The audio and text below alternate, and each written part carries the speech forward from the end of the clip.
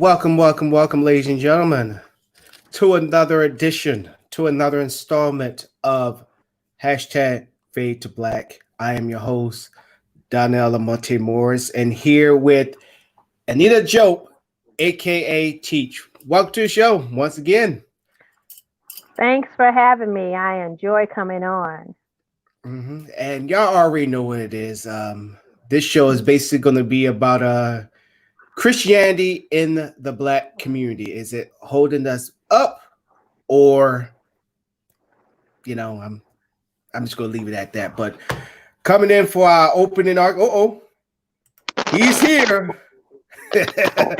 Beast Johnson. Evening. How we doing? Are we good? We good. Welcome.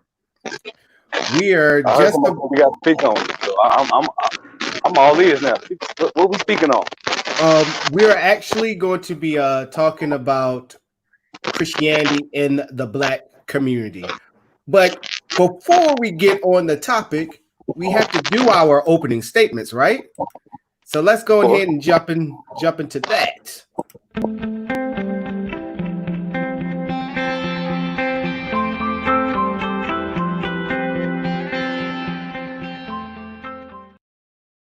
So who will be taking the jump on this one? I'm gonna go ahead and I'm gonna give it to Teach. Teach, you got the floor. Okay, this is a very hot and controversial topic when you talk about people's religion and the basis on which they live their life. It gets very emotional, very tense, but nevertheless, it's a conversation that needs to be had.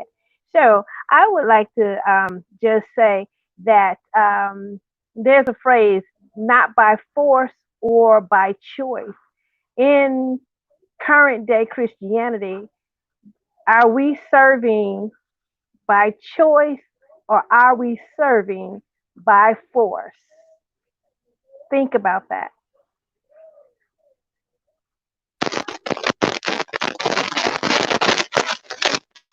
Well, I kind of want to take a more somber approach before the show out weekend. Because there was a long time actually friend of mine. I'm sure the cause for the response to it and overseas. So I want to speak on when we say be safe. Most people take it as just like a southern colloquial term. We really do mean be safe. Take in this information, take in this dialogue, take in every bit of information that you see and use it to safeguard your life and the life of those you we figured out by now this world is crazy as hell. And if the show 1,000 Ways to Die had not taught us, go myriad of ways. So really take hold and be safe and love one another. Thank you, Beast Johnson. And then it's up to me. Good grief. I am in rare form right now. I actually got off work. Only thing I ate was these Reese's things, but enough about me. But hopefully everybody's having a great day on this very beautiful Wednesday. One thing I do want to tell each and every one of you beautiful people, please realize there is a disease out there called COVID-19. I know there's a lot of protests going on, not even across the country, but around the world. There is still, coronavirus is still out there. I don't care if you don't believe in it or whatever, what have you. Stay safe. don't get this disease thinking that since nobody's not talking about it, that it's gone. I know there's a lot of craziness, a lot of trouble that's going on right now in this country, but wash your hands. Hand sanitizer, which I got a whole bunch of that in my freaking car. I wish I could give y'all the freaking bottle that I got the other day. A big size jar of hand sanitizers. And just be careful. Wear a mask. Like this mask right here. I wear this with my civilians. Please. There's still a disease out there. And don't track it. Don't think that it's the flu. Don't do it to yourselves. So stay vigilant, stay aware, and stay healthy. And keep your head on the swivel. And don't forget, COVID-19 is still out there. And now let me get everybody back on in there. All right. So let's go ahead and jump into this subject of Christianity. So I'm gonna start off with you, Teach. And once again, I'm still in rare form, but you know what? Hey, I gotta do what to do. Okay. Do you think? All right. Oh, she gonna jump on in. Go ahead, Teach. I'm gonna go ahead. I'm just gonna sit back and listen. Well, Yeah. I want to start out by saying that, well, dispelling the myth that the enslaved African did not have a God, so therefore the enslavers had to give them a God. And what that means is that we in Africa are the original man. And I want to understand this concept. When God formed man and breathed life into his body, the very first human was touched by God. Let me say it again. When God created that first human and breathed life into his nostrils, that man was physically touched by God. Now, all other beings simply are touched by their mother and their father in the act of procreation. So,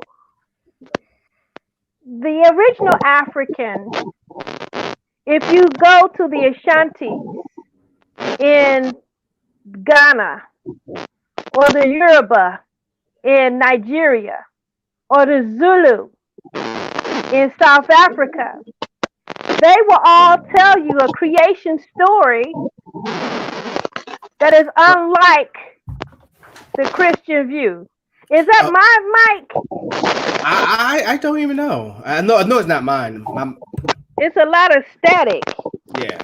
All right. So actually this is a good time for a break because I forgot to do the intro to the main story to Christianity in the Black community. I actually forgot to do that. So let's go ahead and do that. So once we come back, hopefully we have that issue fixed.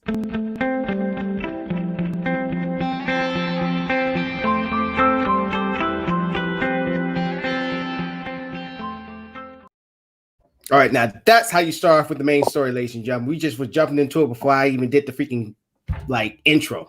So take that hit. I take that hit, ladies and gentlemen. I take that hit. It's a subject that has to come out. It's a subject that has to be talked about. Yeah. So I believe everybody's mics is okay. Let me go ahead and check 1 2. Check 1 2. Check. Yeah, I took mine off. Is that better? Yeah, it's a lot better. All right. So go ahead and continue what you were saying, Teach. I'll take the hit for that, ladies and gentlemen. So the original African had a creation story, such that God touched them. If you speak with the Ashantis, they can take you to the actual spot where their lineage was created. Zulu, actually, the word Zulu means man of God, and Amazulu means I'm a child of God. So they also have in their creation stories where God created them. And then you have the Western view, which teaches the Adam and Eve story, how Adam and Eve were the first man. Well, Adam was first, and then there was Eve, and they populated the earth. But scientists corroborates the story of the Akan. Scientists corroborates the story of the Zulu as well as the Yoruba, wherein the first humans came out of Africa. Okay, so if you get into their belief systems, there's three things that bring forth a human. One is God, two is man, and three is woman. And so in African traditional spirituality, no matter who the father and the mother is, God brings forth that child. Because it takes God, it takes man, and it takes a woman to bring forth that next generation. So in Christianity, they believe, and I'll say it in brief. Christianity's belief is Adam and Eve was created by God. Eve tricked Adam, and because of that, they fell from grace and they were separated from God. So to be a good Christian, your purpose is that you were born in sin and shapen in iniquity, and therefore you must spend your life trying to be good, do good deeds in order in the end to be able to go back to God. In traditional African spirituality, God is with you all the time, and you were born good. And if you live your life rotten, then at the end, you're not a good person, but God is with you. He's never separated from you. So you have this whole idea that God is out there somewhere in the sky. And to bring it closer to what we're talking about, I just had to get that background information in concerning the African coming to America. Initially, when the Dutch brought the slaves, this is before the British got into the slave trade. And that's why I tell people that 400 years is a misnomer, because the Dutch and the Portuguese had already been bringing slaves over to this land before America incorporated as a nation and took over. So that 1619 date is when the Americans, quote unquote, took over the slave, or the British took over the slave trade. So we had Africans on this soil hundreds of years before the British got into the slave trade. And under under Dutch law, at first it was that these are not even human. They do not deserve any religion. Okay.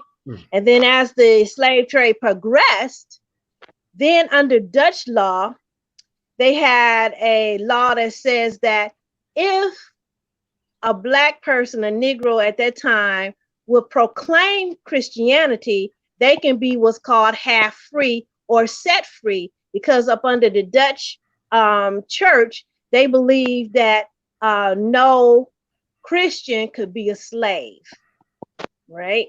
Then they changed the law again. And this law said that if a new African coming on the soil, they had to be Christianized within 8 days of them landing on American soil. So you see the progression. At first, oh no, you can't have our religion. And then as well, if you pledge to our religion, then we will let you be free, because they didn't believe that Christians should be enslaved. And then they changed the law again to say that all slaves coming over had to be Christianized within 8 days of their arrival. So you see, I asked the question, was Christianity by choice or by force? And the first Christians took it by force, or gave you an option where you had to choose the lesser of two evils. You're stripped away from your homeland. You don't have any way to get back. And they say, okay, you must give up what you believe, because we have a new belief in this new land. And so many took the option to become Christians so they could become free. But then now times are changing. Now we're up to 1619. So in 1619, the British got into the slave trade. The Americans, well, they weren't Americans yet, the British subjects, they were getting restless. And in incorporating the very first colonies, they came up with even a newer rule that was more harsh and cruel and has stood to this day. And under the British, they saw a trend that the Africans would say, hey, I believe in Jesus, so you have to give me my walking papers. I can go free. And the British said, no way. Under us, you can get baptized. You can proclaim your faith, but you will never be free.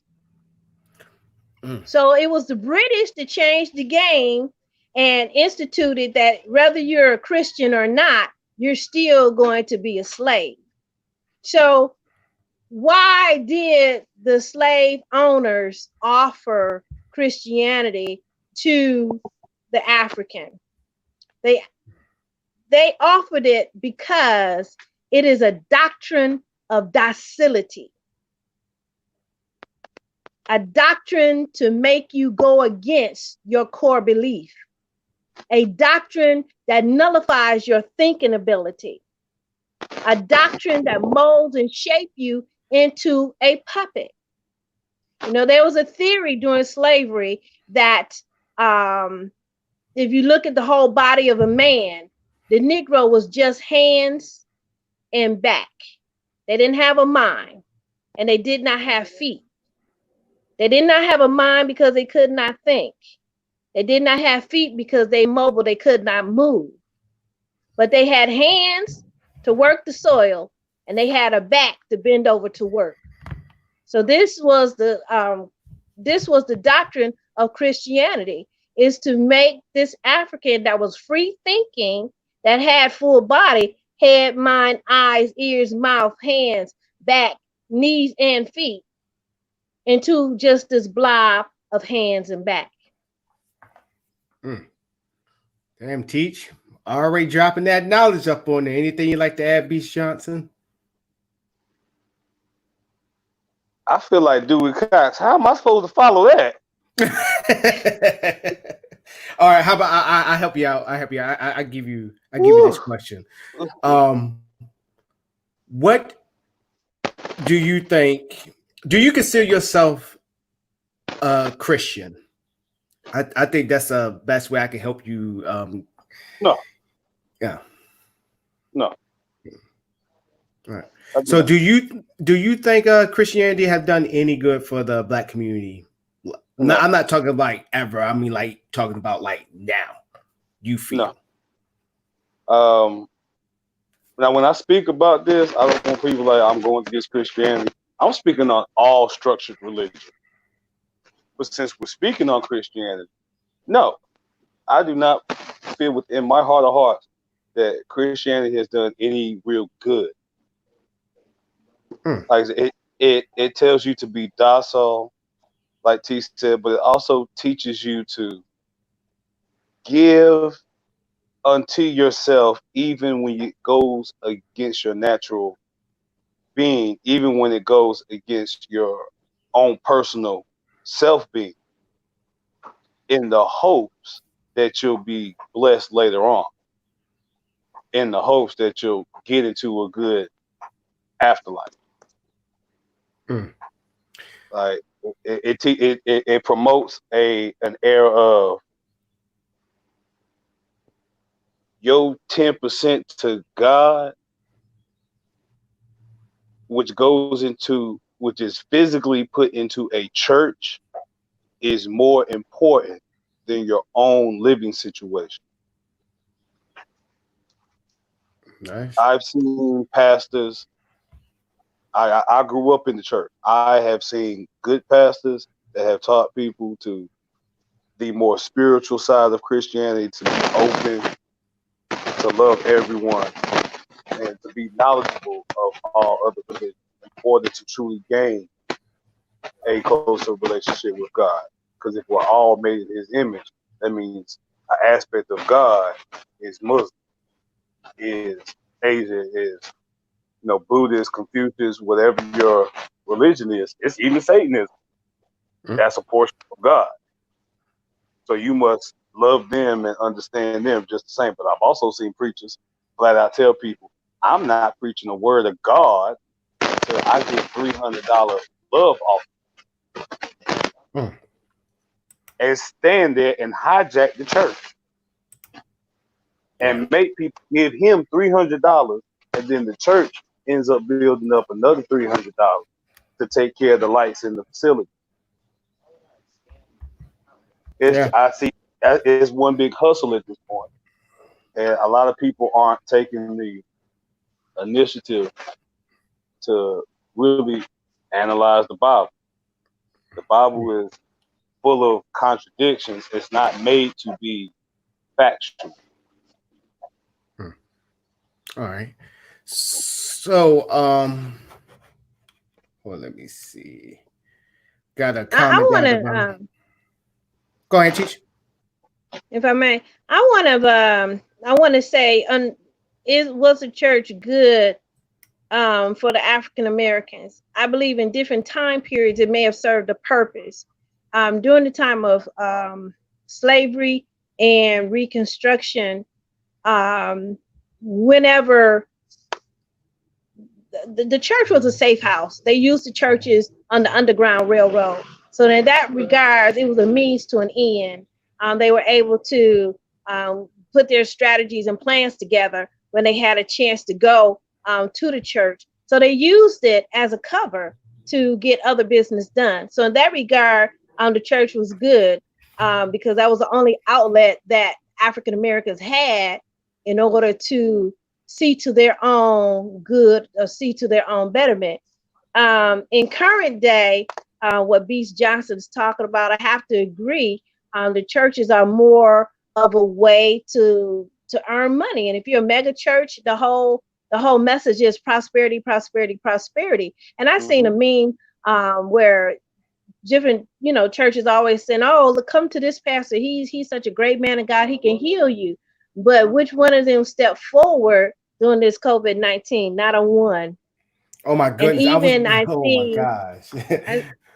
I seen a report that even none of them have donated to find a cure. They're all quiet about this COVID-19. So that in itself tells the real power in terms of performing miracles and so forth and so on. They can't do it because they really just don't have that power. But for today, and then let me skip back. During the time Black Reconstruction and forward, when African Americans after the 15th Amendment were given the right to vote, the churches were again that meeting place where they would engage the pastor to engage his congregation to vote for XYZ candidate. So that was prevalent. If the pastor voted this way, then the congregation would vote this way. And that's how they used to get those block votes. And, you go to the head, which is the pastor, and you persuade him to get on your team, and he's going to persuade his community to be on their team. But coming forward, they, laws have been instituted to separate church from state, and basically that's illegal now. You can't basically say who you're voting for to persuade other people to vote the way you would to get block votes. So progressively, I would say that African Americans, I won't even say it's a choice, because your grandmother made you go, unless you were Muslim or didn't go to church at all, you went by force. So unless you just never went to church, nobody in your family was in church, and then one day you's like, oh, let me go see what church is about, then it's by choice. But if you grew up in the church, it was by force. Yeah. I think we all can say that, because when I was a youngin, my uncle, my aunt and uncle, I still remember Uncle Mason and Aunt Laverne, they still alive today, and they still go to church religiously. No pun intended. I used to go when I was small, and I always remember sitting in the pulpit falling asleep. I wasn't with the type where they would wake you up and like elbow you, like, yo, wake your little ass up. No, I thank goodness it was never like that. But every Sunday they would come to my house and they would pick me up. Which lead me to this question for the both of you. Do y'all think Christianity now seem like a hustle? Yes. What about you? Yes. Oh, Yes, yes. I think for me it's very insincere. I came from a family of ministers, and I see the television evangelists and different people, and for me they're just insincere. I was raised in the church. I am spiritual, and it's my spirituality that walked me away from that level of insincerity that I see on a daily basis.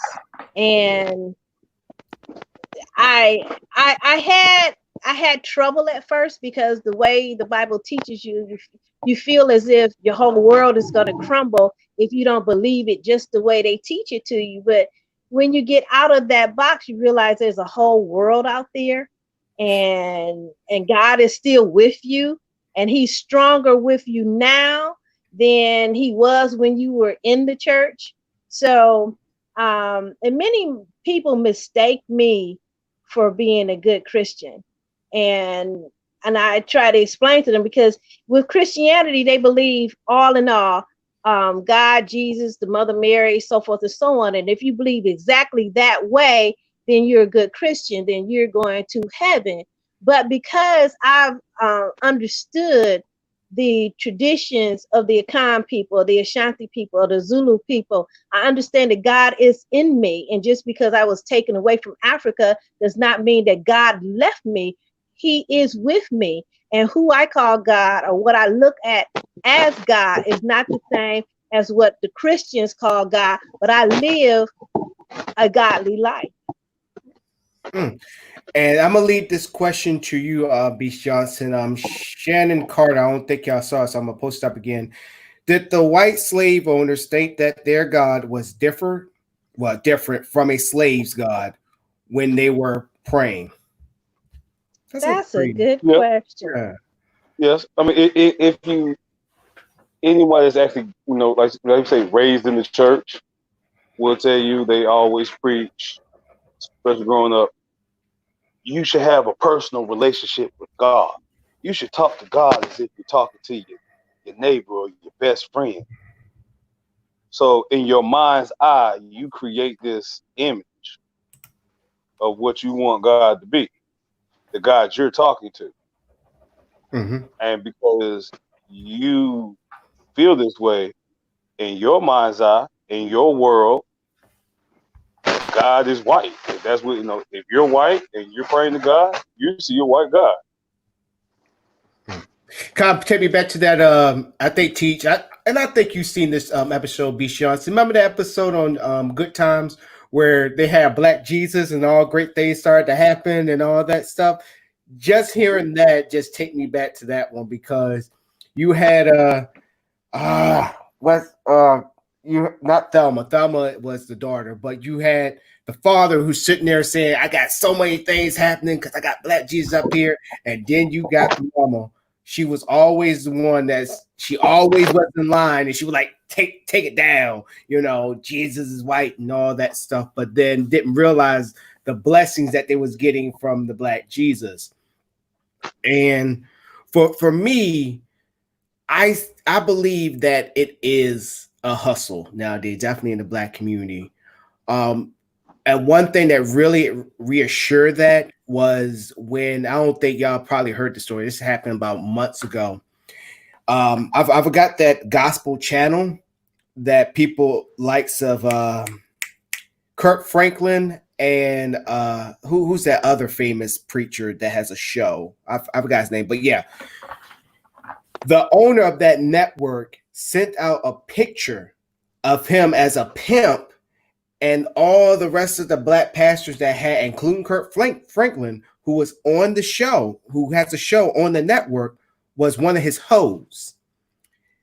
And Kurt Franklin spoke out against that. He was like, look, I'm not going to do put any more of my shows on your network until you resent that picture. I will go and find it. I will look for it. But the person that ran that gospel channel, he said, no, he did not taking it down. I didn't heard anything else. But right there proves that even the people that's the most loyal to Christianity, they would sell their soul. Because Kurt Franklin, he also sent out a statement and a video to his fellow gospel folks that also had a show.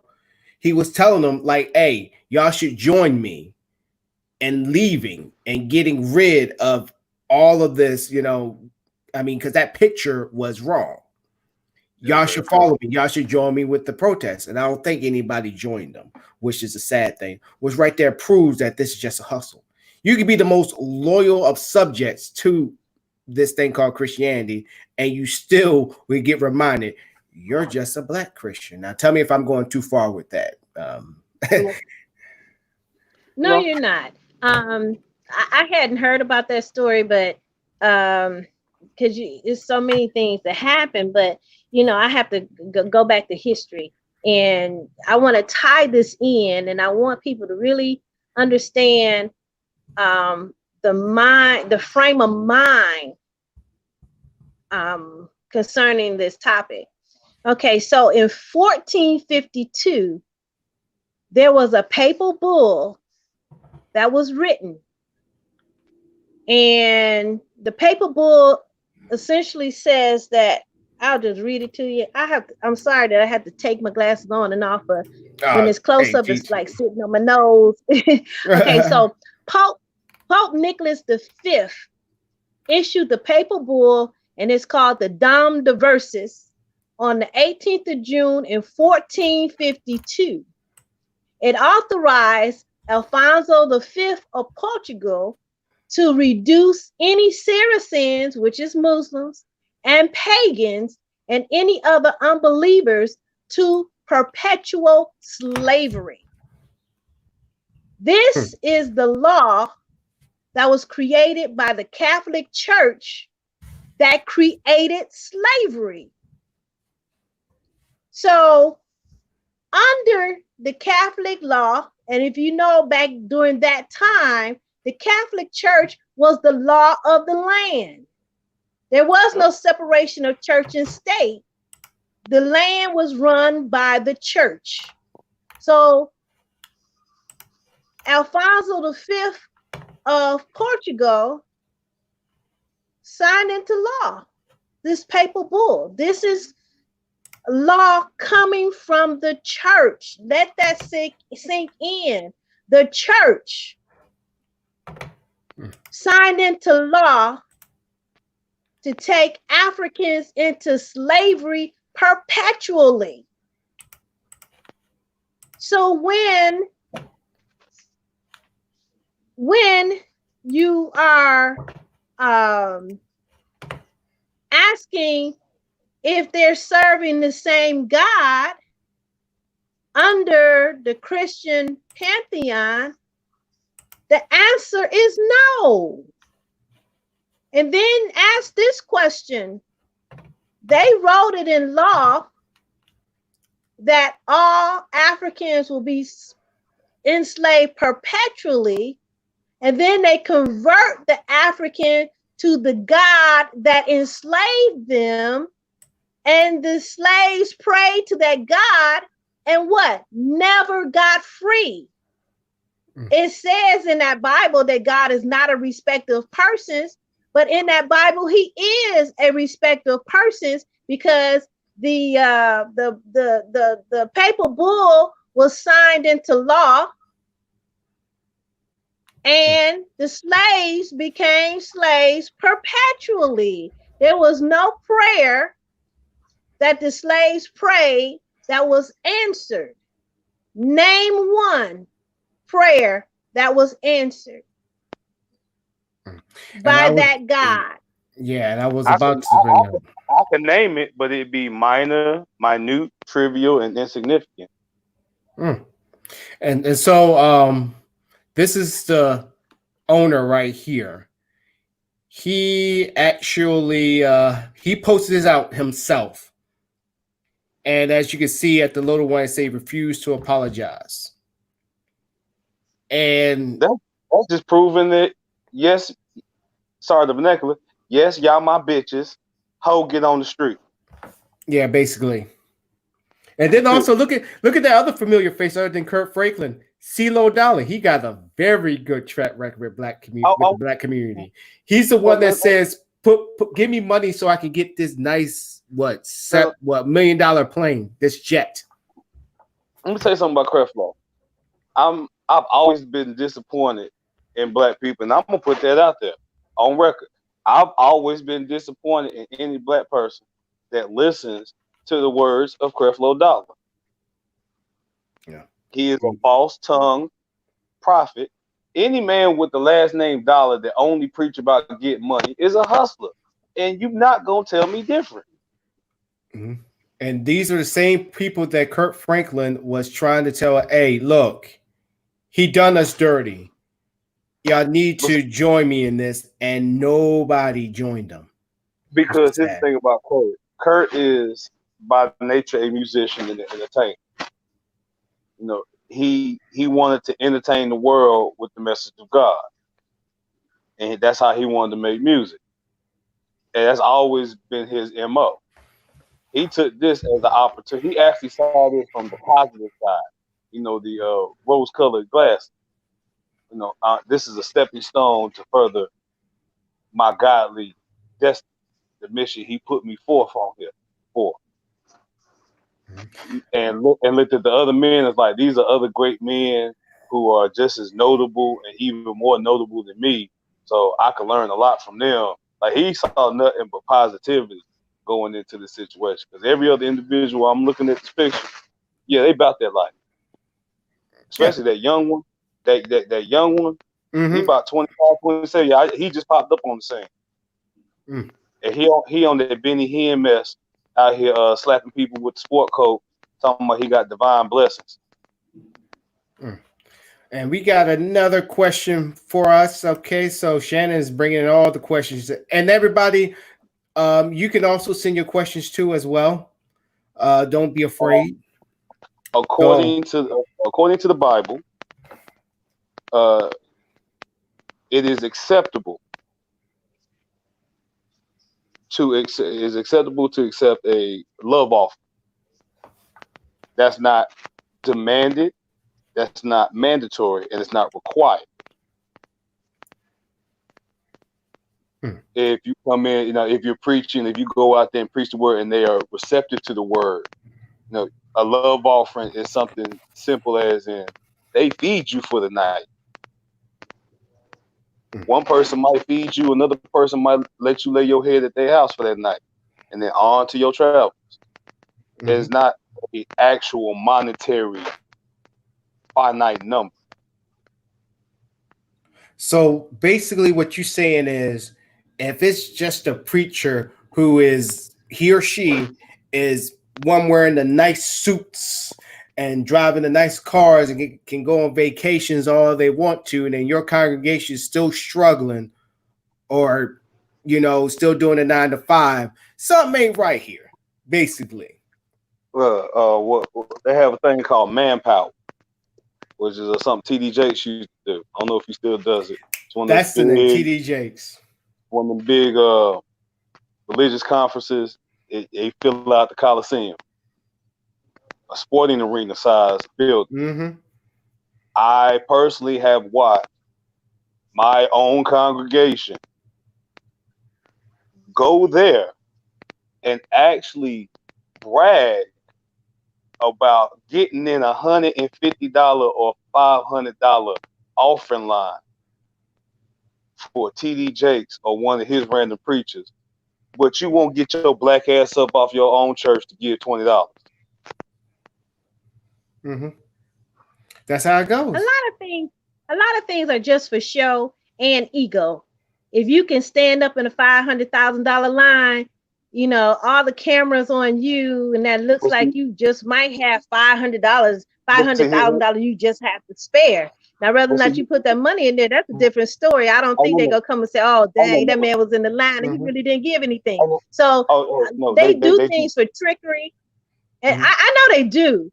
They do Like things for trick and they do things for show. But my issue is with church is simply this: if you can have people stand up in a $500,000 line, how come you can't take all those millions of dollars and open up a factory and manufacture some raw goods and put people to work? Yeah. One and thing I will I've seen say about churches the Catholic, try. I have seen churches try. Like there's always good intentions, but what's the old Christian adage? The road to hell is paved with good intentions. Mm. You have a lot of churches that have that mentality. That's why they're going into it. I personally came from one of those churches. My church wasn't considered a mega church. Um, if I ever went back to Christianity, that's the style of church I went to. The preacher knew everyone. It was very close knit. It was a community church, which is what a church is supposed to be. A place where two or three or more are gathered in his name. It's just a building at the end of the day. Right. And I'm happy that you brought up that quote Beast Charts, but I got another one for both of y'all. Faith without works is It's dead. dead. And for these preachers, mega preachers, but definitely the mega preachers that's out here just making millions, billions.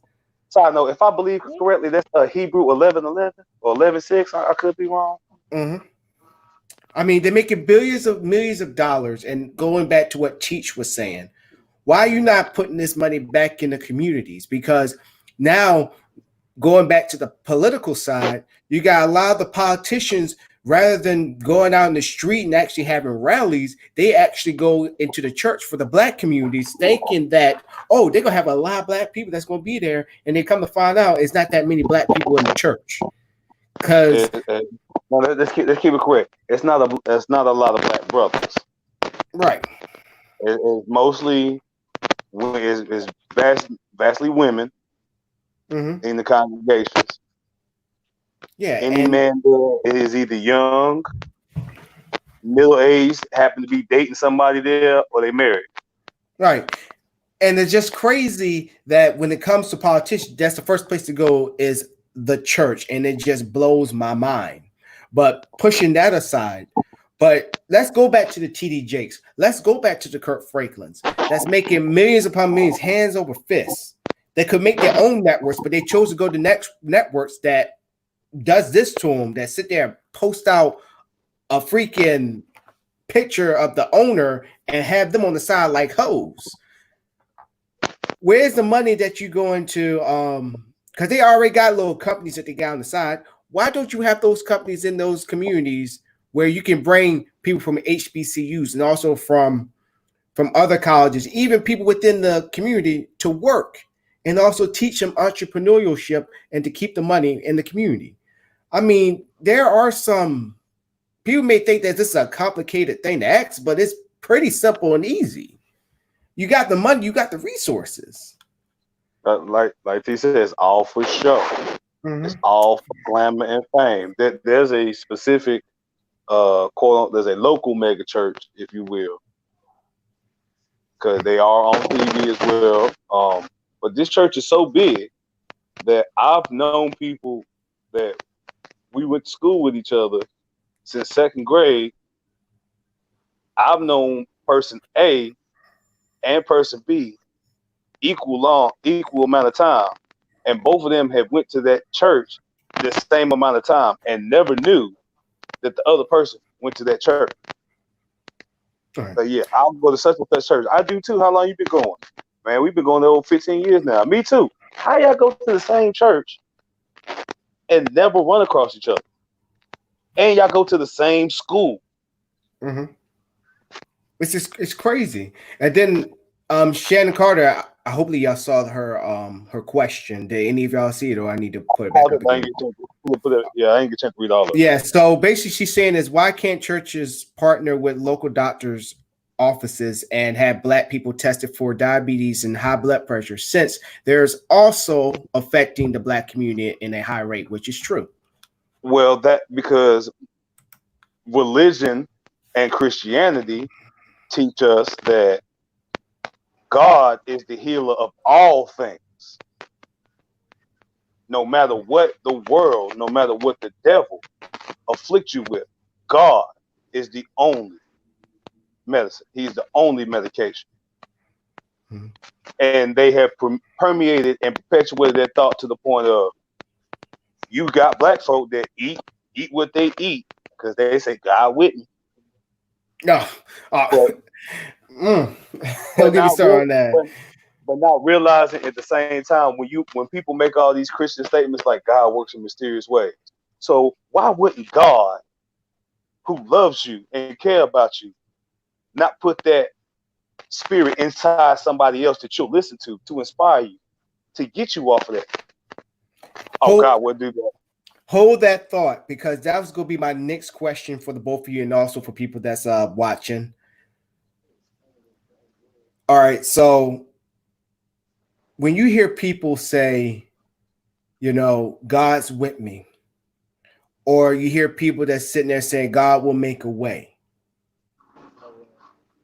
what's the first thing that pops into your mind when you hear people say, God's with us, I'm gonna leave it in Jesus' hand? Or the one that I always hear I won't say hear over here that much, but here in like the southern states, they be like, Jesus, take the wheel. What do I'm gonna let Cheech start with this one. What's the first thing that pops in your mind when you hear somebody say that? Well, the first thing comes to my mind is that they're looking and hoping for a miracle. They want God to do something that they fail to do themselves. And it is setting a person up for false hope, because God gives you a mind to think and work out problems and solutions. He's there with you. Yes, he is, but he's not going to just make a miracle just because you want to be lazy. And I'm going to take this from TD Jakes. TD Jakes said, he gave a little story of how this man wanted a chair. He kept praying to God, give me a chair, give me a chair, give me a chair. And God said, there's a tree right there. Cut the tree down, carve it up, and make you a chair. So he looking for God to drop a fully made chair onto his patio, when God said, look at the forest, look at all those trees. Think, do what's in your power to do. But I wanted to speak on that last point before I give the floor back up. I got you, Chief. Go ahead. I was going to say, the Catholic Church and the Black Church have a different ideology. In the Black Church right now, they just want to serve, quote unquote, the spirit, get you spiritually happy, saying things that sound good, a comedy show every Sunday, and you're like, "Ooh, Pastor sure sound good," but walk away. Did he solve any problem? He just made you feel good. One thing that I have studied about the Catholic Church, and it's through the history of the slave trade, is that whenever they went into a community, they said, "Oh, there's sickness and disease, so we're going to open up a school and we're going to train doctors." By the time those doctors are trained, they have opened up a hospital so the doctors can be employed. They look at how to service their whole entire community. And then they say, oh, people are hungry, and they create a food pantry. But they create the jobs. Well, they created the jobs, and they stole land, and they made those people that lived in the community work the land to raise the food so they can take it to the food pantry to feed them. Okay, so the major difference that I seen between the Catholic Church and Black Christianity, you're looking at two different animals. They have two different ideologies. The only thing is in common is that they use the Bible, and how they interpret it, it comes out different. But I want to speak on one other thing that I see that's failing in the Black community in comparison to the white churches. And again, it's going to service in the community. In 2005, there was Hurricane Katrina, and I had volunteered through the American Red Cross to be a what was it? Volunteer. It was yeah, I volunteered, but I volunteered as a manager, a Oh, shelter okay. manager. Okay. And we were located down in Mississippi, so Oh. many miles away from Louisiana. And it was the first shelter, and it was a mega mall shelter. And I learned something about church and organization, and when you service the real community, not just yourself. So this is a huge mega mall church with north, south, east, west wings on it. And they had the shelter residents actually separated by race. So if you were black, you went to the south. If you were Mexican, you went to the west. If you were Caucasian, you went to the north. And if you were something else, you went to the other wing. So I saw how they segregated the people. But the organization that they showed, they brought down the Iowa Convention. Their role at the church as volunteers was simply to keep the outside premises of the church clean. They brought down the Florida Convention. The Florida Convention, they brought in these trailers with showers. That's all they did, was allow the people to go in these showers and take showers. Then they brought in the North Carolina Convention, the Alabama Convention. Each one of them had one job, duty, and responsibility. That the Alabama Convention, it was their job to cook food in the kitchen. And then the other state convention, it was their job to clean up the kitchen. So I was like, wow, this is massively organized. And when I say this was a huge church, it was huge, okay? Oh, But wow. they brought in the other church conventions from the various states, and they had one job duty they had to do. And for the number of people that was on that church campus, that church was sparkling clean 24 hours a day. Oh yeah, they'll do it. And Oh, they'll do it. and when you are properly incorporated, they got paid so many thousands of dollars per shelter residence. So they was making money on top of money, because they still held their regular church services, and now they had added people to their church services, which were the shelter residents. So they were making money on top of money by servicing the community.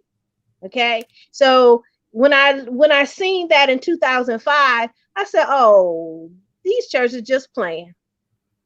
When they wow. can get on TV and say God gonna kill them if they don't raise $6 million or they don't get a jet. Oh no. No, you can buy some land, put some people to work, build a factory, manufacture goods, and if you have money like that, and Beast Johnson, you talked about one of these smaller churches. Yes, the smaller church, they're gonna struggle. They barely keeping the lights on. Oh no. We're Now, talking about the mega mall churches. now, I was about to add on. I was about to speak on it from a local side. Now, the local churches, what they do is they have what we call church singings, which is the religious concerts. You get you a nice sized church. You get you a couple of old school Christian acts, gospel acts. You get your church to come in, get a couple other churches to come in, bring their choirs. At least 3 people from each church gonna have some kind of cooking business. Gonna be selling CDs. Gonna be selling merchandise in the foyer of the church. I walk through my church and many of churches, seeing people slaying CDs and merch, thinking to myself, if Jesus was alive today, he would shit a brick. No, he would shit a house.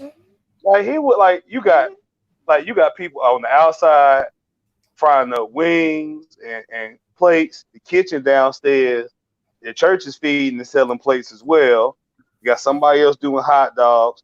You got security at a church. You got parking crew on top of your ushers, on top of the actual preachers that's gonna come in there. Then the guest preachers that pop up, they're gonna let them speak.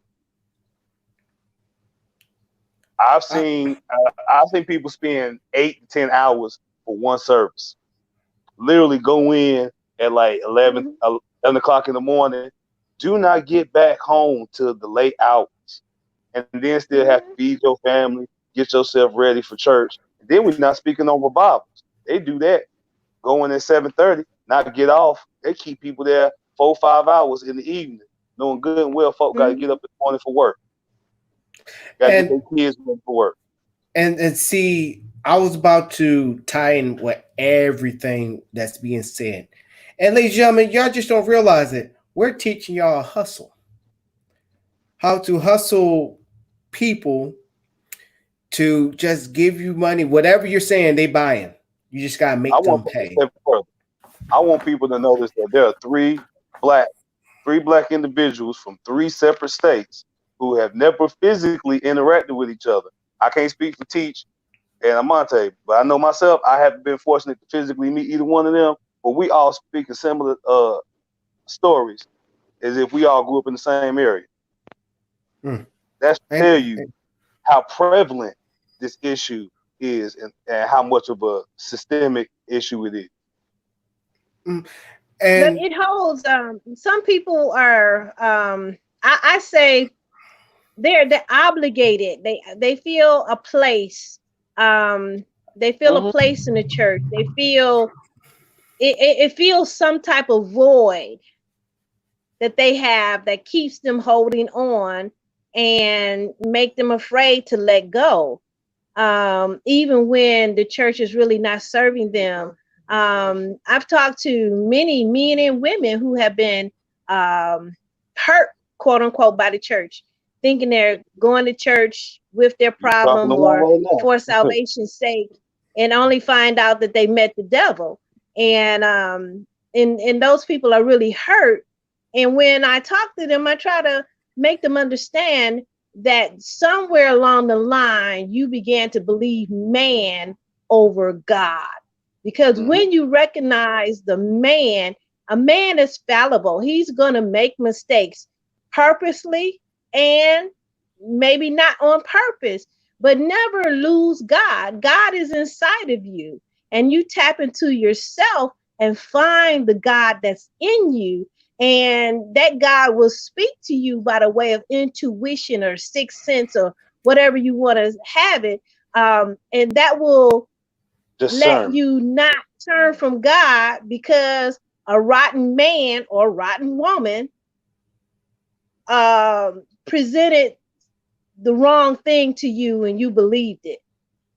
We have to be diligent to understand ourselves, because people get burnt out or bitter at God because of what man has done.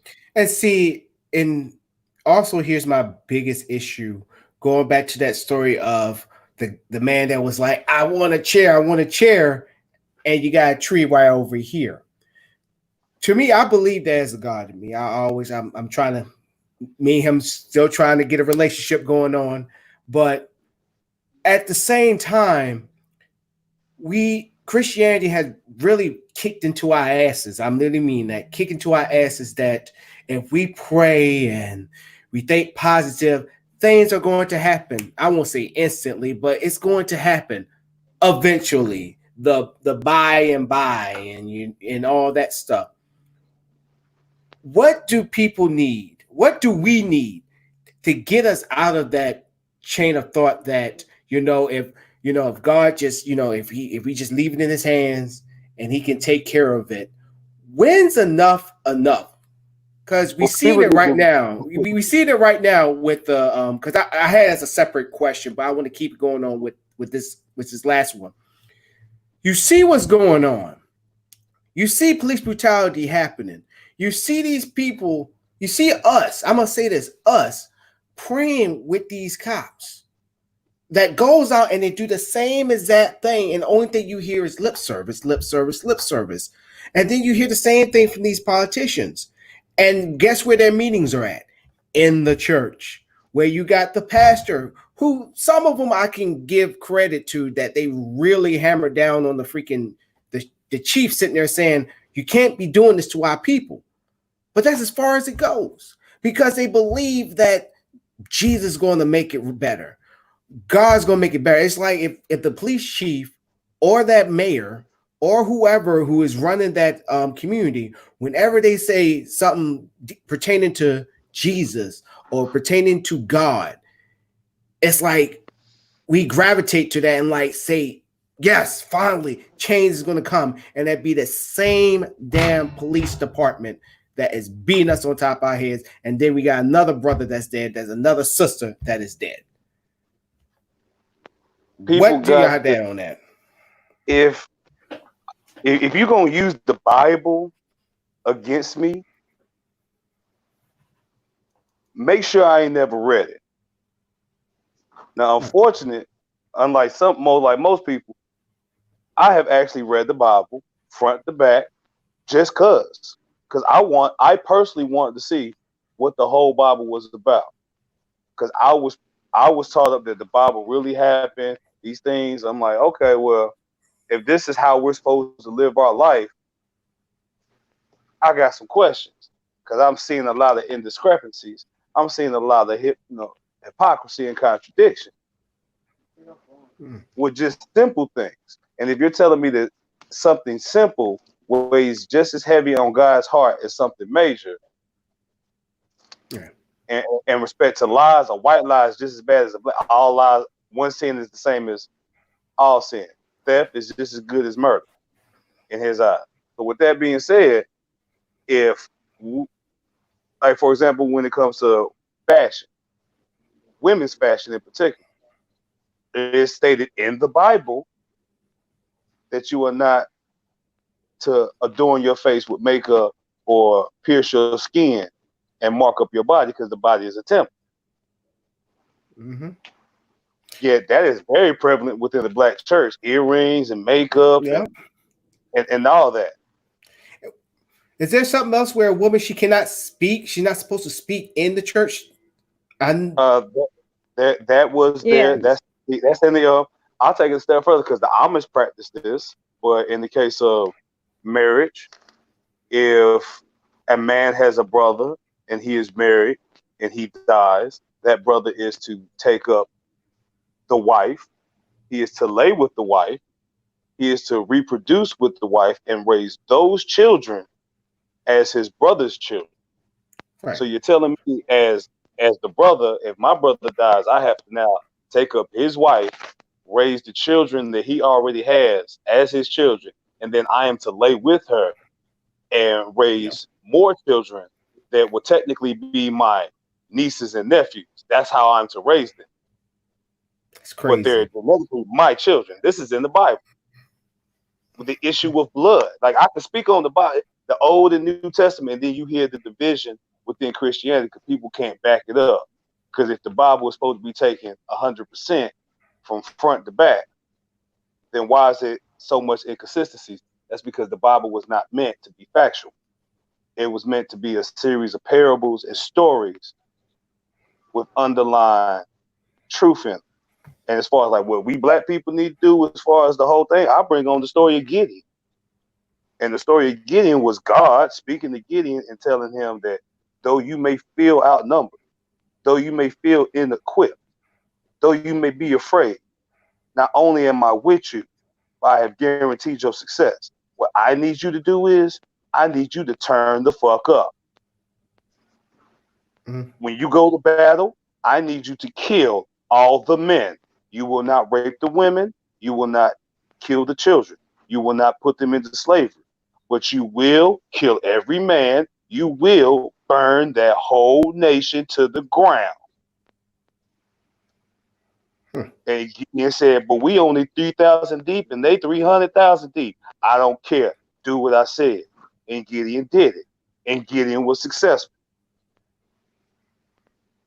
Took down an army 10 times his size and did exactly what God did. That was God's wrath because those people had, for lack of a better term, pissed God off for the final time. And that's what we're seeing right now. So if you want to hit people with the Bible, you need to hit them with the story of Gideon. We need to rise up and we need to go there. Yeah. Yeah, and that's what my point is with that is, you know, you got to put in the work. Is what Shannon Carter said, help those who help themselves. And that is true. And that's the biggest issue that I'm seeing with the protests. This is why I always said this on the show, and I'm going to say it again. I don't believe in protests. I don't. I think it's now, I believe it's now time for us to start showing our teeth. It's time for us. It's like you got the Second Amendment folks out here protesting. They got their bare arms and all that stuff. I say it's about time that we start showing our bare arms. We have the right to carry as well and to protect the protest. And see, when people sit there going back to a Martin Luther King narrative, people tend to forget. Look up Deacons for Defense. Deacons for Defense was a group of deacons that had bare arms. I encourage y'all to watch the movie, by the way. They protected, they protected the civil rights movement because Dr. King finally was like, okay, I know after taking so many rocks to the head and getting punched, getting spit on, he was like, you know what? There's enough of this that I can take. I'm gonna need some protection. And Deacons for Defense not only protected his march, but they also protected all civil rights marches, which we never talk about. They always talk about the peaceful protests and how all the kids got, hit and got abused by police, which is true.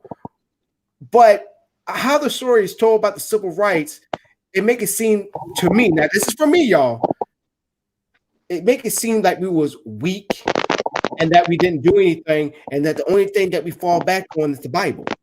And that's not all true. It does paint that portrait. Yeah, which lead me to you, Teach. With all that was said, how are you gathering up all of that's what me and Beast Johnson are saying? What you got brewing over there? I see you over there like.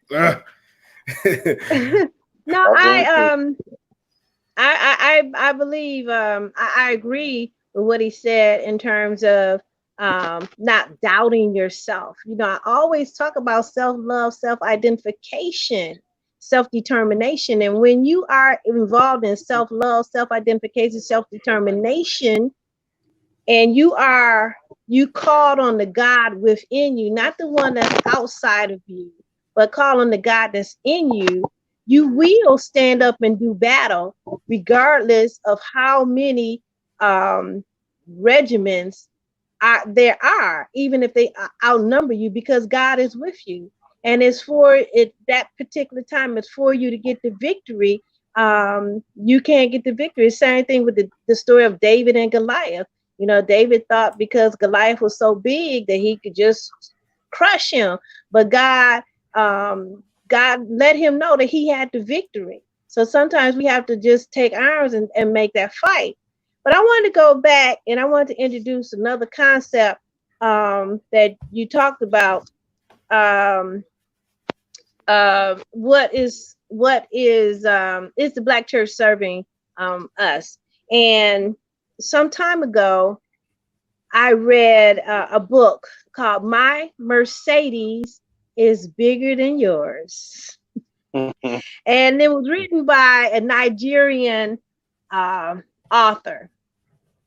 I say I got this book back in 1997. That was actually my first trip to Africa.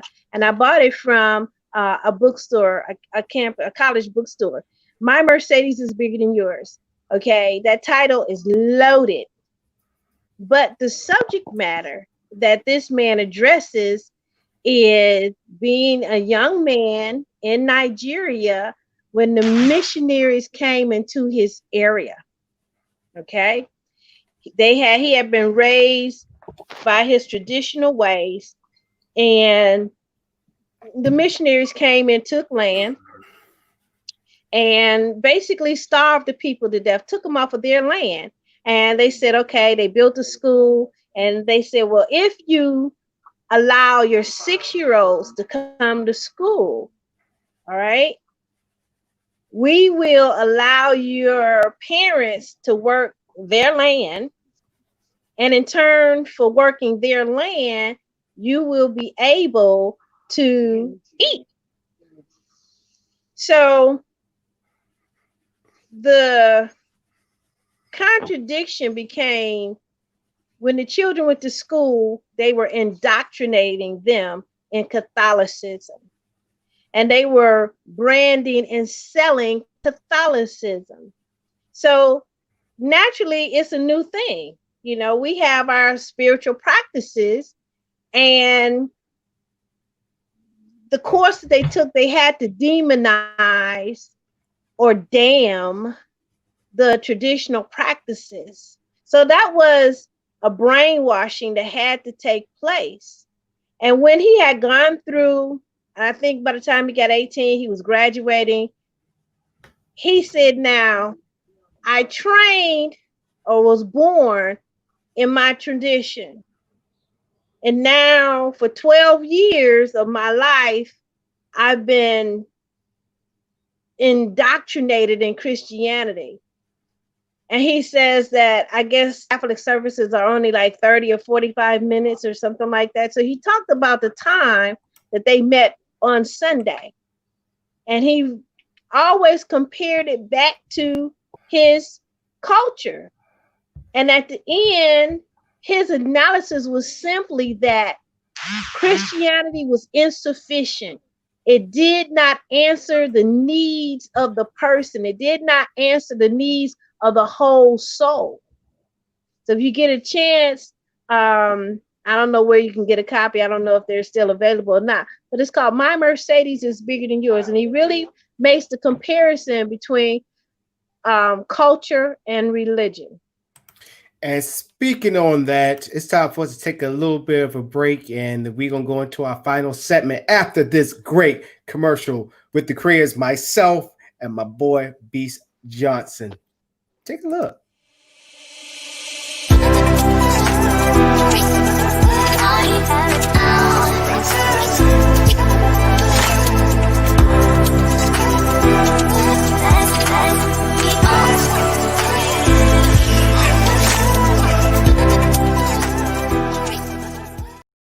Yes, ladies and gentlemen, the WET Network is in the works. It's still going through a test phase, but we will let you know once everything is up. I'm so excited about it. And I've been telling Teach, I'm going to give her own show. Ladies and gentlemen, she deserves it. Yeah. And we got a lineup coming up for you. Oh, yes. Most definitely. I will talk to you later after the show, Beast Johnson, more about it. All right. Unfortunately, ladies and gentlemen, we have hit the last part of the show. So we're doing the segment before our final thought. So last question for each and every one of you. And it pertains to this protest. I kind of went on a rant earlier about this, but I won't turn into a form of a question. Not even a question. It's more of a question mixed with a statement from me. Where is Jesus?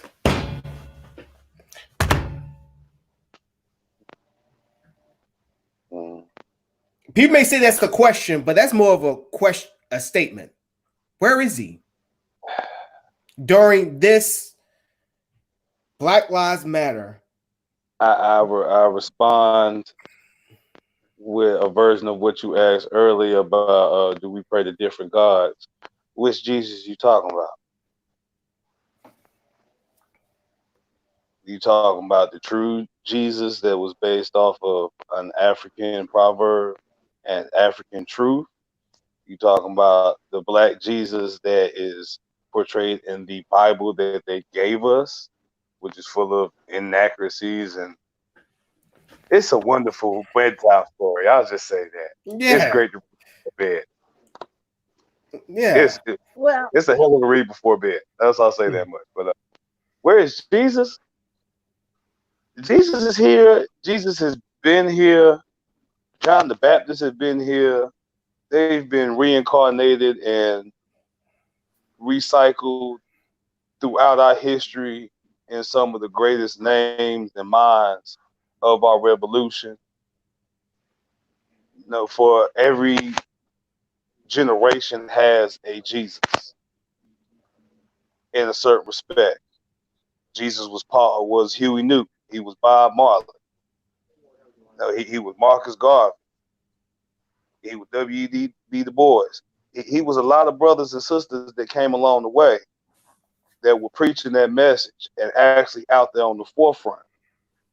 And like Jesus in the physical, they were ridiculed, they were ostracized, they were betrayed by their own people, and they were crucified and martyred.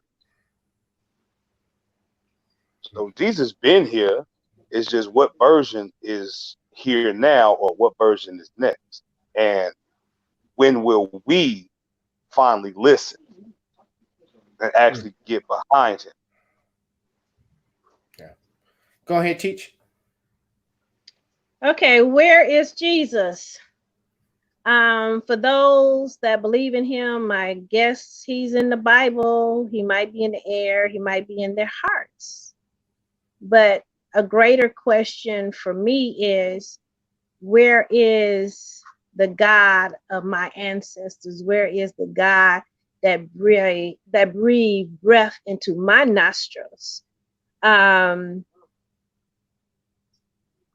Who is the God that gave me my wide nose, my thick lips, my nice, thick, curly hair?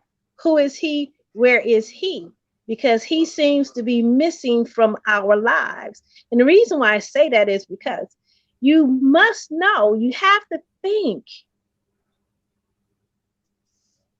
Jesus, in his form, he looks like the Caucasian.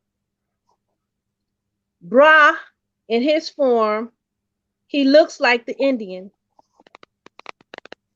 Buddha, in his form, he looks like the Chinese. Allah looks like the Arabic people. So when you line up every known God, there are several characteristics about that God. And I'll tell you what they are.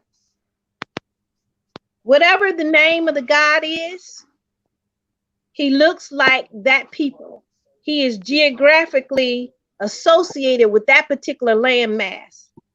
Whatever language that people speak, that God speak that same language. Okay, so what I'm saying is Jesus seems to be race-based. He looks like who created him, or he created the people that worship him. The same thing with Buddha, Bra, and the other gods. So when it comes to the African, who is his God that speaks his native language? Because I believe God is wise. And that's why each God speaks the language of the people that he represents. I do not think God had to make us use an interpreter to talk to him. I think every individual has a direct line to God in his or her native language. So for me, I asked the question of proselytizing religions. Proselytize simply means to go out and seek others to convert. In traditional religions or systems of spirituality, there is no recruitment. You're born with God. He's with you. And he doesn't tell his minister, oh, we'll go over to the other land and convert them and tell them their God really isn't God, but my God is God, and my God is the King of kings and the King of all gods. There's a scripture to say that Satan was thrown out of heaven, and with him he drew 1/3 of the stars. So who is the 1/3? Statistically, 1/3 of the earth is Christian. 1/3 is Muslim. And the other 1/3 are native practices. So who is that 1/3? Who represent the 1/3? Who did the recruitment in heaven? Before Satan rose up to fight against God, he recruited 1/3 of the stars. Mm. So who are the stars? Who are the stars? Who does the recruitment? So you have to look, when you look into the various religions of the world, you will understand that a God that looked like you, that gave you your DNA, he's not concerned about other people because his business is to help you to be the best you can under him. But the religions that rose up to fight against God, they're always recruiting. They're always looking to get those numbers. They got to add to the pot. They got to add because they were separated from God. I'm gonna get deep here. I'm Oh, Go ahead, Tish. You're already there. Okay. You already blew my mind Yeah, with I'm that saying. whole third. I was This like, is- Okay. Yeah. Because we already had this talk before a long time ago. This is just a rekindling. This is like a refresher for me. Okay, I will. Let me make the statement. Okay, so there was Adam and Eve. We're going to go to the Western Christianized view of the first family. Adam and Eve in the garden. It said that God created Adam and then he created Eve to be his helpmate. God gave Adam all the instructions. Adam was supposed to give Eve all of the instructions, but obviously he failed. Now he was goo-goo-eyed looking at her breasts and booty, whatever. And he didn't give her all the instructions, or he didn't make her understand, but somehow or another, they got one commandment. That was don't eat of the the tree of the knowledge of good and evil. Eve saw it and said, well, this looks good. Of all the things I see, this looked like the best thing to eat. So she prepared it and gave it to him. When she gave it to him, their eyes came open. They realized that they were naked. Okay? So they went and got some leaves and put them on their body, and then God's voice came walking through the garden. Can you imagine his voice walking through the garden? But nevertheless, it's in Genesis. And he wanted to know what happened to Adam and Eve. Okay? He wanted to know, who told you were naked? how you know that? Okay? So they were dressed and they were run out of the garden. Okay? They were run out of the garden. In other words, they would run out of heaven. And Christianity teach you, oh, you have to be good to try to get back. They have to try to get back. So they put clothes on and they went down the centuries and they came back to Africa. And they came back to Africa and they said, oh, you savage. You're running around naked. All right. So remember I talked to you about reverse projectionism. Adam and Eve was naked. And they knew their nakedness because they had gone against God. The African, they didn't eat of the fruit. They were in their nakedness and unashamed. They did not have to cover up because they were still in their original state. But the European came back to Africa and said, oh, you're savages. You're just so uncivilized. You don't have any clothes on.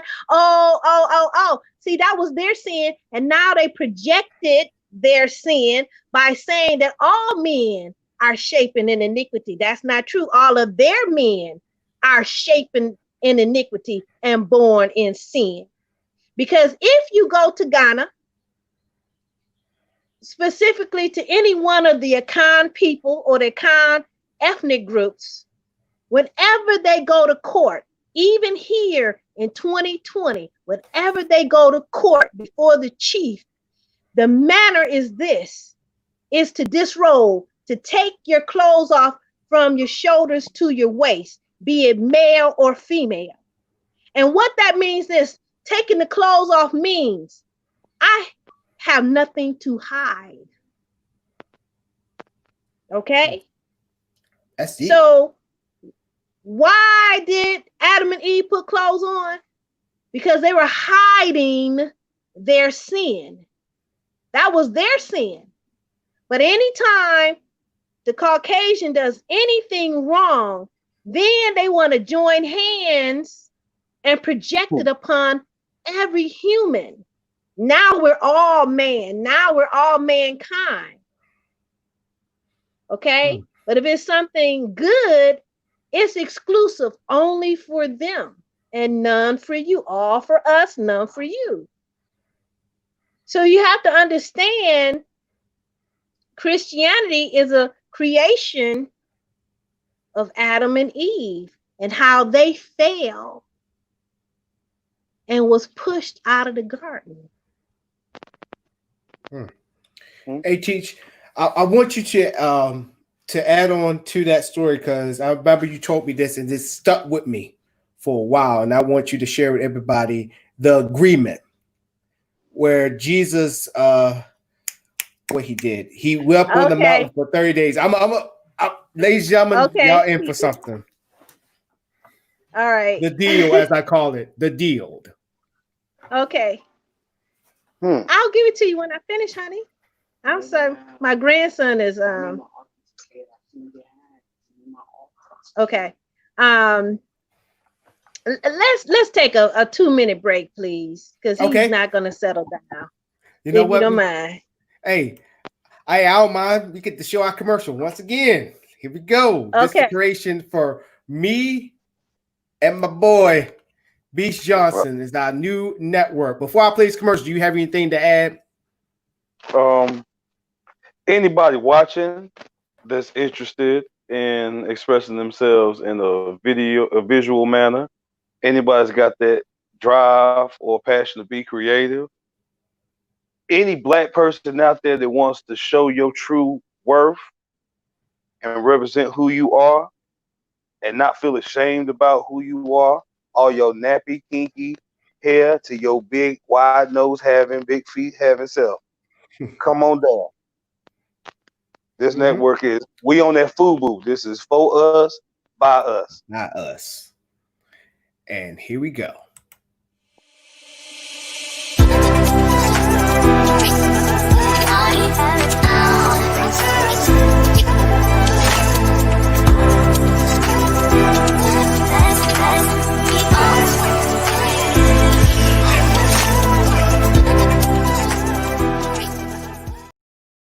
Ladies and gentlemen, she's back. And we all ears. Okay. The contract. All right. So just to give you a little background, I am well versed in the Bible. I used to remember everything chapter and verse. Those chapter and verses have kind of left me, but the basic stories.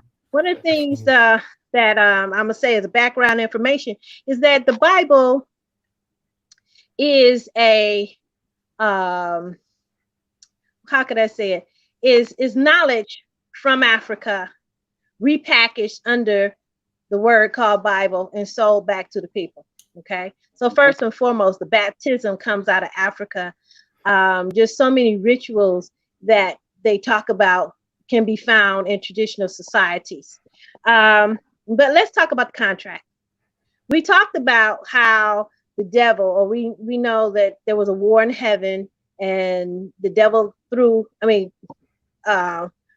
1/3 of the stars, and they were all kicked out. So in the story, Jesus is up on the mount. And in that mountain, he's praying 40 days and 40 nights. So during the time, the devil say, well, you know, he's weak, so let me present my idea to him. And basically the devil says to him, that if he would bow down and worship him, he would give him all the kingdoms in the earth. So it's recorded that Jesus said, "Get thee behind me, Satan. The cattle on 1,000 hills belong to my Father." So you come away from the story thinking that, Jesus turned down the offer, right? Yeah. That's basically what you led to believe, that Jesus turned That's down how I the remember it. offer. Mm-hmm. That's how I've always Well, portrayed it. let's leave the Bible and let's go into history. And let's look at the timeline. At the timeline of this particular conversation was roughly about 2,000 years ago. So let's go back in history 2,000 years. What was happening? What has happened up to this point? Well, it was recorded that Jesus denied the offer. But someone of the Caucasian persuasion heard the offer. And you say, well, how can you say that? It's not written in the Bible. Well, no, but it's written in history. Historically, we see that offer being played out. So what was the offer? The offer was to give dominion over the earth. So let's look at some personality characteristics. It is the Caucasian who desired to rule the world. It is the Caucasian currently who has ruled the world in terms of conquering, colonizing, and making other people subject to them. No matter where you have gone in the world outside of Europe, if you go to Australia, that was settled by the British. Mm-hmm. You go here in America, it was settled by, it was settled by the British, but we had the Dutch, the Spanish, and the French all putting their bids in for this land. They all had different agendas, okay? So they were looking to conquer the world and glean of its riches. So historically, Jesus turned it down, but somebody else took it up. So in that contract, and this is where you have to follow me and go out on a limb. In that contract, the devil said, now, this blessing cannot be shared with the other people of the world, because in taking on this contract, exclusively you are my children. And as you mate with the same DNA to bring forth that bloodline that will continue to serve me.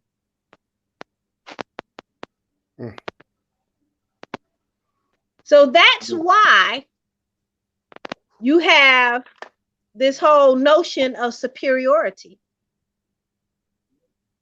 And that's why they made that papal bull that no matter which God you pray to, no doubt the first Africans prayed to what they knew. It's only the second generation Africans that began to know Jesus and didn't know the original African God. But no matter who they prayed to, nobody was listening, because they did not rescind that sentence of slavery. Just think about it. Think about the power. I'm going to show you something really simple. This is a piece of paper, right? This is a piece of paper with writing on it. This represents the papal bull that declared in 1452 by the Catholic Church that they can take Africans into slavery perpetually. This is a piece of paper. You have to ask yourself, what was the power behind that piece of paper? What was the power? Was it God? Was it Jesus? Or was that the devil? Because no praying to anybody released those slaves until another piece of paper was signed called the Emancipation Proclamation. Now, I'll show you how the difference of God's make. In Haiti, in Brazil, in Jamaica, and other places, those places that were able to retain their system of African spirituality, they did not stay enslaved. They fought for their freedom and they remained free.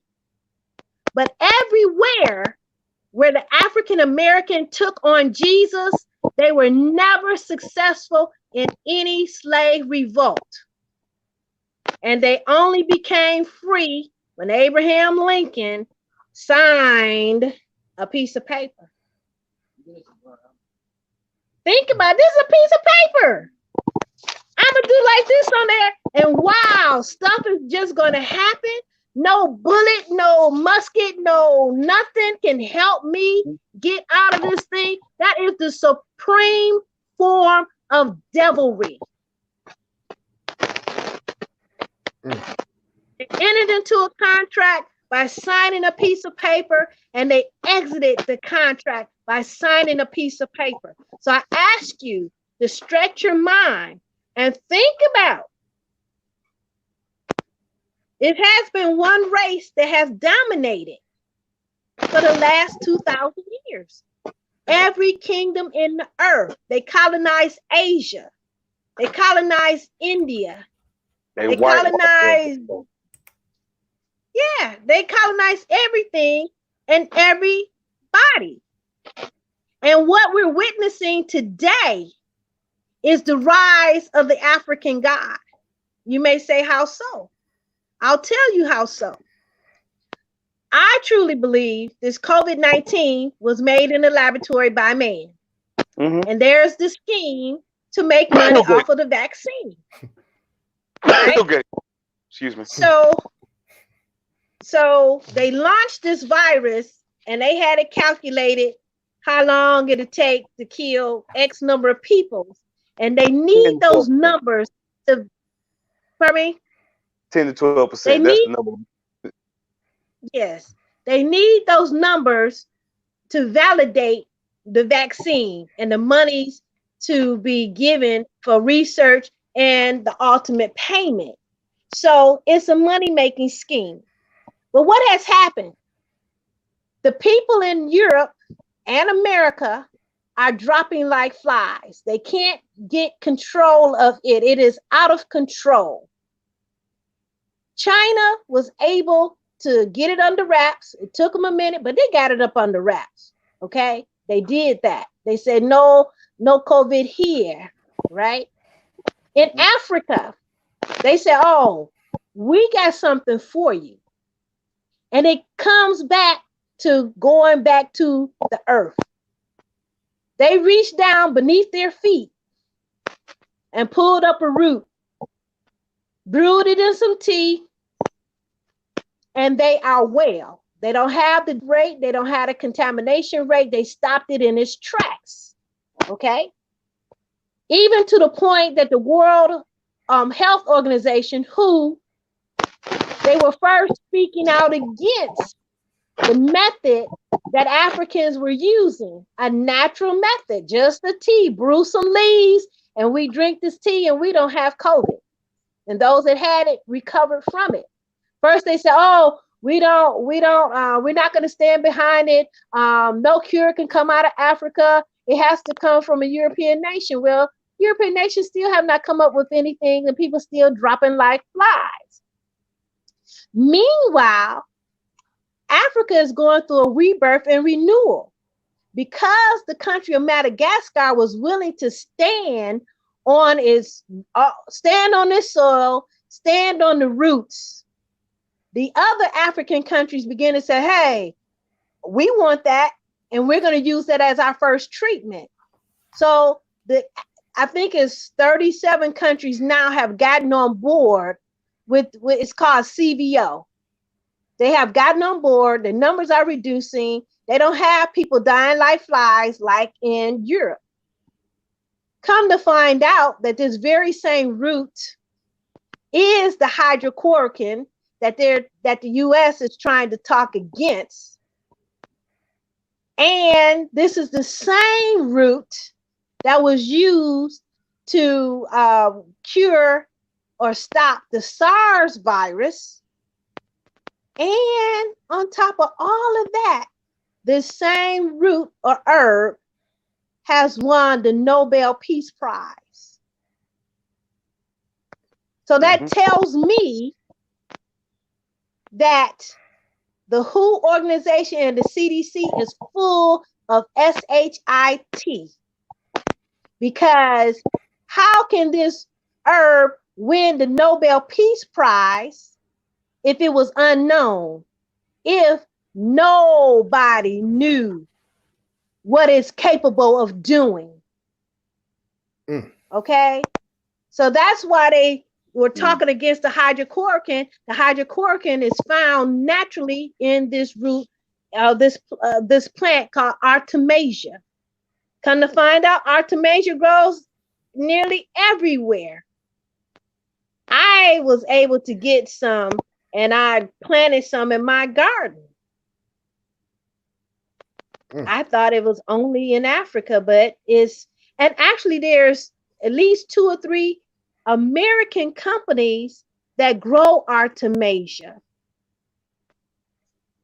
and produce it. I want to say something real quick, T. When people make that statement of it can't come out of Africa, Pangea all started together. Africa is merely the heart. At the end of the day, it's all connected. America ain't nothing but the shoulder to the left hand of Africa. Still the same soil. It just got separated. So I'm not surprised when you said it's found here. Same African soil that's in Ghana, you still see over here in Louisiana and Arkansas, and possibly over in Ohio. And also, most likely to say that the slaves brought that plant with them. That's exactly because they say it's a native of China and it's a native of Africa, but it's been growing here in America. But look at all the resources that's coming from Africa anyway. So putting out that point, but also another fact, teacher, that you told me that stuck with me, that Africa is the only continent, ladies and gentlemen, listen, the only continent that is connected to the earth. That's rooted in the earth. That's rooted in the earth. So let that sink in your mental, as one person would say. So, but Teach, Teach, I really wanted you to tell that story because that wraps around with the subject that we got going on here. So, which leads us to our final thought. And Beast Johnson, I'm gonna start off with you. You got the floor. All right. My final thought is going to be some advice that was given to me by my grandfather. Very wise man, very crazy man, but a wise man nonetheless. And he always told me that if you ever want to avoid a situation with an individual, if you ever want people to stop messing with you, then you just got to show out. But you got to show out with so much energy, so much vigor, so much ferocity, so much anger that it scares them to the core. And it'll take several years to several decades before anybody else even tries you on that level. Because all you got to do is show out one good time and put that fear of God into a person. and you ain't never got to worry about them messing with you again. And for those black folk that know what I'm talking about and understand the truth of that, share that wealth. That's what we need to do. With this movement, we're putting the fear of God into them. And we need to continue down that path. Because as long as we do this, it'll ensure they won't mess with us no more. Or if they do, it'll take another 2, 3, 4, 700 years. But we got to show out. And we got to keep it up. That's my message. My final thought. You know, I'm a believer and a lover of self.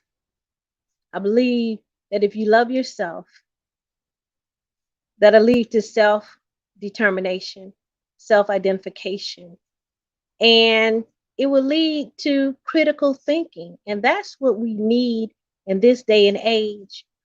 We can't just accept things at face value. We have to look into a thing. We have to look behind a thing. We have to turn it over, as I say, in order to understand it.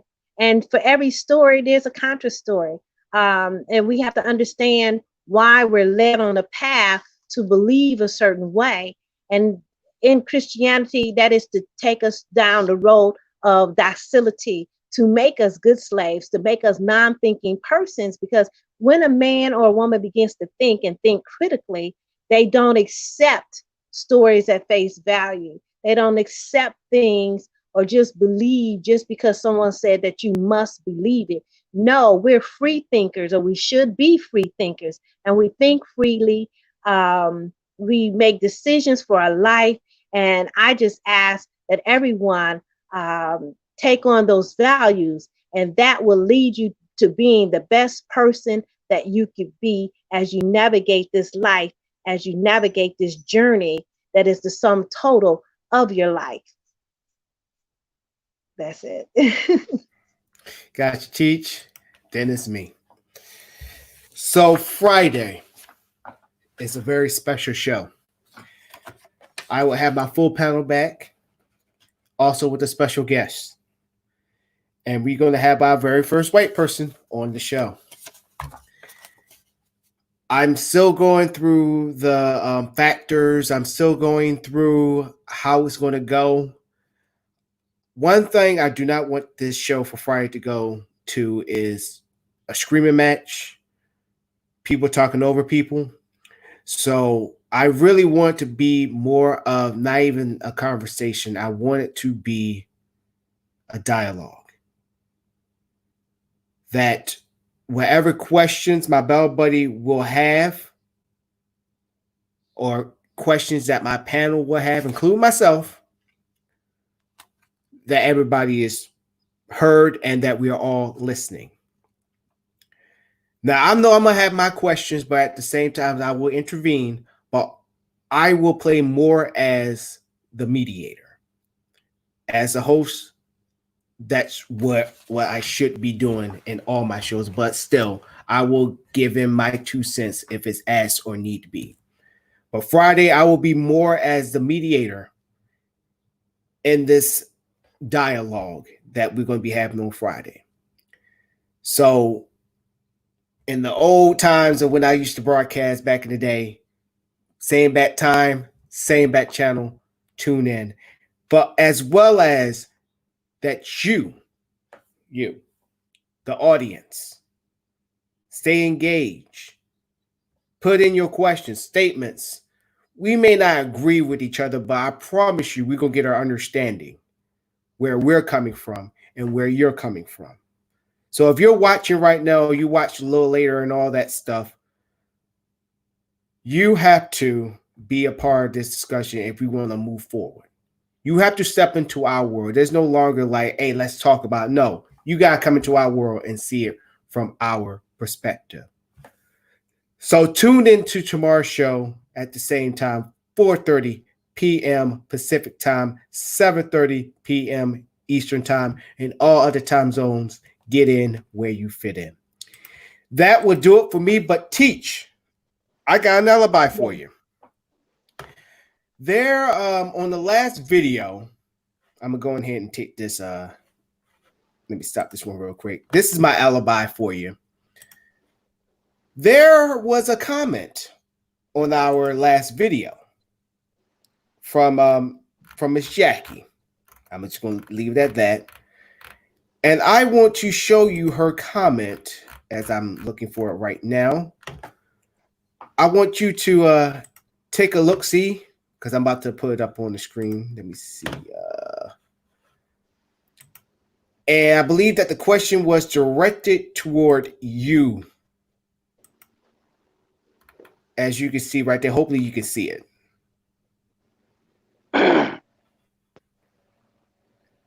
Or I just can just share it to you. Let me see. Yeah, I can't see that. I got That you. is a mouth. Yeah, and one thing is to see. This is why I'm happy that I have a show like this, so we don't have to. That we don't have to read all this. So I'm gonna send it to both of y'all.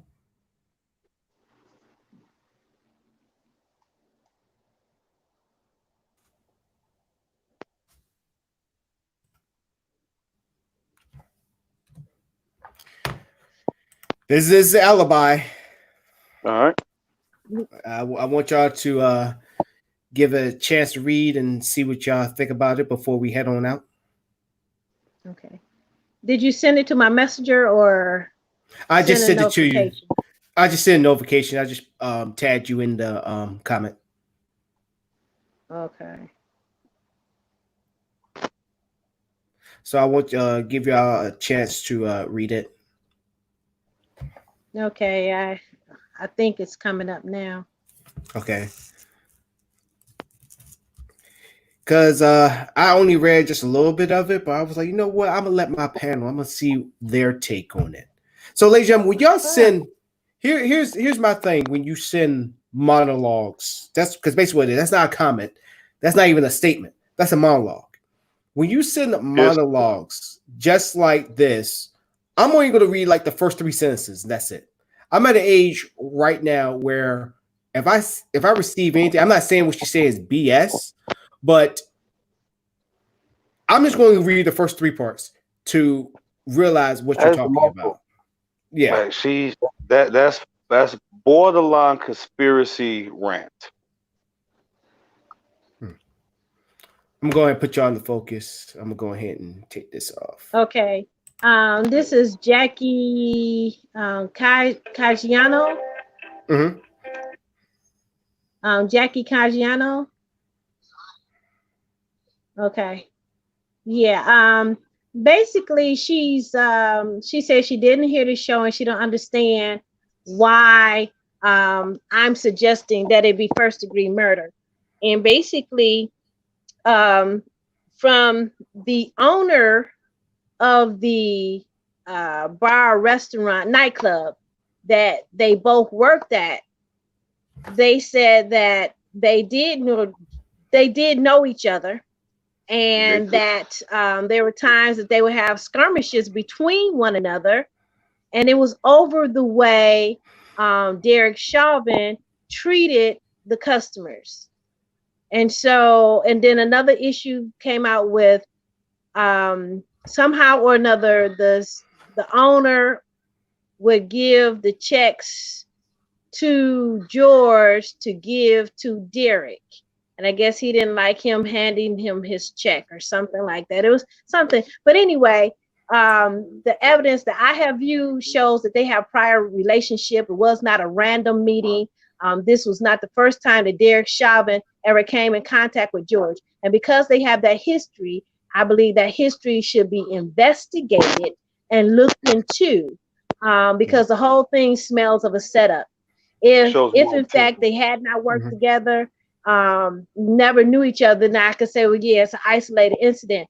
But this is showing more and more that there was a rift and a beef between Derek and George. And not to confuse everybody, we are talking about the previous video that we did on Monday, this past Monday. That's where that comment was at. If you want to get more of clarification of what me and Teach and what we are talking about, I refer you to go to that video. That video was Monday and it's still up. So what's your take, Beast Johnson? That's just the basic ignorant white person state rant.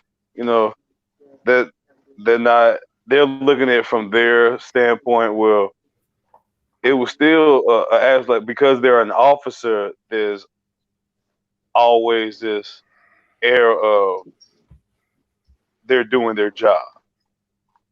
There's like, no, history has shown us that cops are more personal with their professional manner than any other profession.